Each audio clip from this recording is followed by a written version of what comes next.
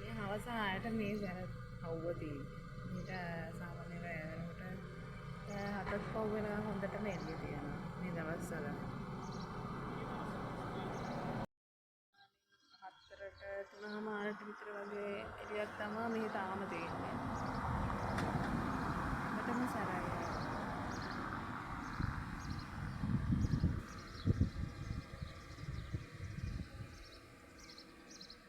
හත කියන්නේ 7ටත් සාමාන්‍යයෙන් මෙහි 7 කියන්නේ 6 වගේ තමයි.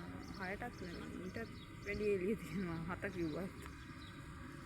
අද දැන් 7 කියන්නේ 7 නෙමෙයි 8:00 විතර තමයි අවුව බහින්නේ සාමාන්‍යයෙන්.